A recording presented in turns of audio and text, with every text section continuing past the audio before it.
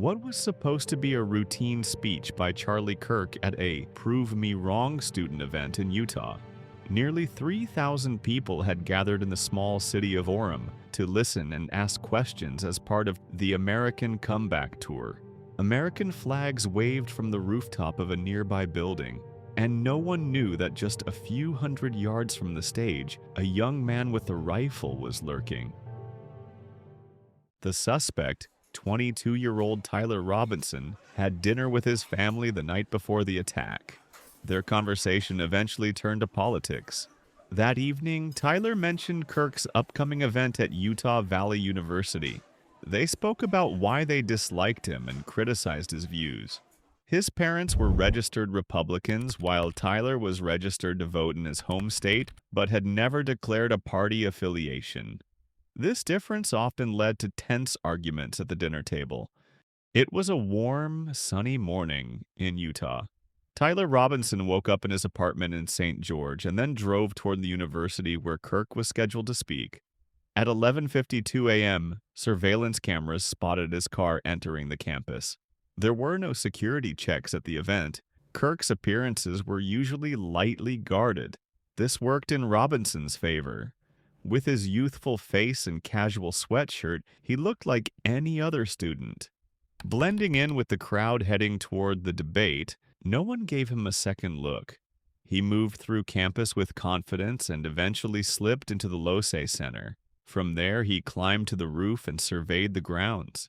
The view was perfect, an unobstructed line of sight to the university courtyard where the audience was gathering. He was about 130 meters from the stage, a distance where an AR-15 rifle ensured precision while keeping him unnoticed. Tyler found a position, adjusted the scope, and started to wait. Meanwhile, Charlie Kirk took the stage. As with many of his speeches, the topics were polarizing: mass shootings in America and the role of transgender individuals in those tragedies. The crowd listened closely. Some supported him, others argued. The atmosphere was tense but typical for campus debates. About 20 minutes later, a student asked, "Do you know how many transgender Americans have been mass shooters in the last 10 years? Too many, because even one mass killing is already too many. Only 5. And do you know how many total mass shooters there have been in America over the last 10 years? Kirk started to respond, arguing that the statistic was misleading, but he never finished the sentence. A single shot rang out. The bullet struck him in the neck. Silence lasted only a second before panic erupted. Kirk was rushed to a hospital in critical condition, but it was already too late. At the same time, the shooter carried out his escape plan. He left the rooftop, slipped into a nearby tree line, took off his outer clothing, and quickly changed. He wrapped his rifle in a black towel, leaving it hidden along with several shell casings. Then he got into his car and drove south, toward the town of Washington, Utah. When investigators later examined the weapon and the cartridges, they found an unexpected detail. Some of the shell casings were engraved with phrases, lines pulled from internet memes and political slogans. "If you're reading this, you're gay, LOL," a classic trolling phrase from internet culture. "Notice his bulges, what's this?" A quote from copy pasta associated with furry subculture. "Hey fascist, catch this." A mix of an anti-fascist slogan and a command code from the video game, where the arrows call in an airstrike. And finally, a line from the iconic Italian protest song, Bella Ciao, long associated with anti-fascist resistance. Experts noted that these engravings did not point to a clear ideology. Rather, they seemed to reflect the shooter's immersion in internet culture, a desire to leave a mark, to provoke discussion and go viral. Police arrived at the scene almost immediately after the shot. In the first hours after the attack, real confusion set in. Authorities detained 2 men, believing they might be connected to the shooting, but questioning quickly showed they were random bystanders, not involved. The real shooter remained at large. To speed up the search, officials announced a $100,000 reward for information leading to the shooter. The governor of Utah later admitted that over 7,000 tips had come in, a record for the state. The FBI launched a large operation, Photos of the suspected shooter spread through the media and were run through facial recognition systems, including BBC Verify. The images were too low quality. Dark glasses and low resolution prevented any matches. The search dragged on. A few hours after the shooting, Tyler finally made contact. He messaged his girlfriend, a person in the process of transitioning from male to female. Their relationship had been a source of tension in his conservative family. In their conversation, Tyler hinted at what he had done. Drop what you are doing, look under my keyboard. When the roommate looked under the keyboard, there was a note that allegedly read, I had the opportunity to take out Charlie Kirk, and I'm going to take it. What? You're joking, right?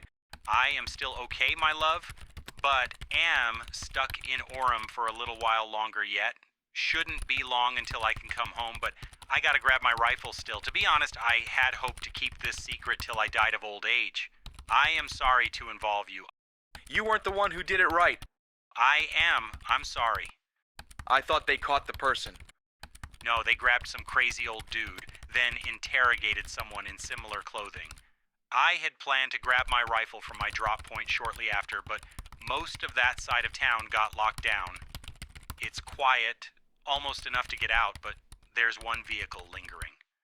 Why? Why did I do it? Yeah. I had enough of his hatred. Some hate can't be negotiated out. If I am able to grab my rifle unseen, I will have left no evidence. Going to attempt to retrieve it again. Hopefully they have moved on. I haven't seen anything about them finding it. How long have you been planning this? A bit over a week, I believe. I can get close to it, but there is a squad car parked right by it. I think they already swept that spot, but I don't want to chance it. I'm wishing I had circled back and grabbed it as soon as I got to my vehicle. I'm worried what my old man would do if I didn't bring back Grandpa's rifle. If it had a serial number, but it wouldn't trace to me. I worry about prints. I had to leave it in a bush where I changed outfits. Didn't have the ability or time to bring it with. I might have to abandon it and hope they don't find prints.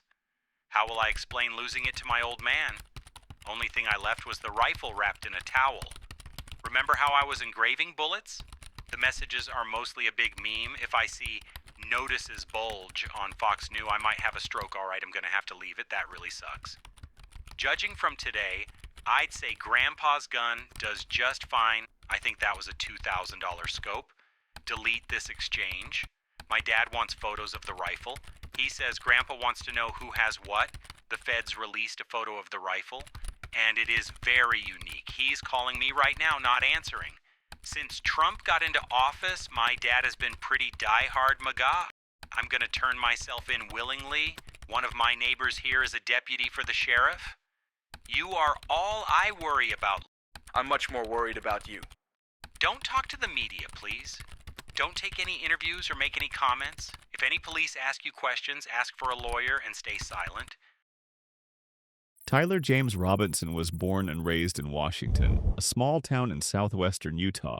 His father made and installed kitchen countertops and cabinetry. His mother worked as a social worker. Neighbors described them as hard-working, polite people, active members of the local Mormon church. Tyler grew up with two brothers and, as a kid, didn't stand out as troubled. He wasn't a bully or a loner.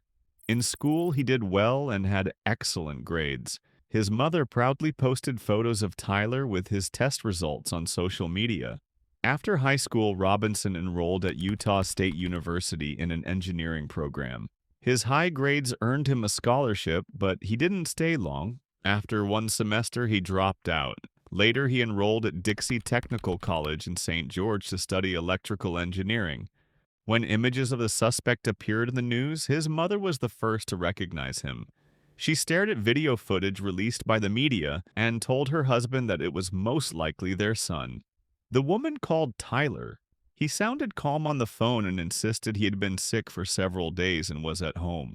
But the parents' doubts only grew. The father noticed that the rifle in photos from the scene resembled a gun that once belonged to Tyler's grandfather.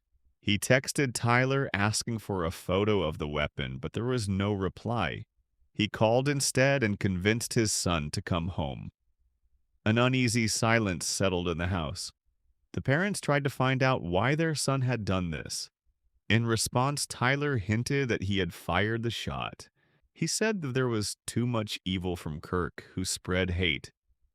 After a long conversation, the parents still managed to persuade Tyler to surrender. That decision became a turning point. The father reached out to a family friend, a former deputy sheriff and a church leader, who contacted the sheriff's office and the FBI. 2 hours before his arrest, Tyler logged into Discord and typed into a group chat with friends what would later become critical evidence. The message was short. Hi guys, I have bad news. That was me yesterday at Utah Valley University. I'm sorry for all this. 33 hours after the shot, late on Thursday evening, Tyler Robinson was arrested. By that time, investigators had already found the rifle with a sliding bolt wrapped in a towel. It had a rail mounted for an optical sight. At the scene, they also found a palm print, a shoe print, and forearm marks. Tyler surrendered voluntarily, but he categorically refused to admit guilt. His mother later told investigators that in recent years he had changed, becoming more political, openly supportive for gay and transgender rights, and entering a relationship with a transgender partner.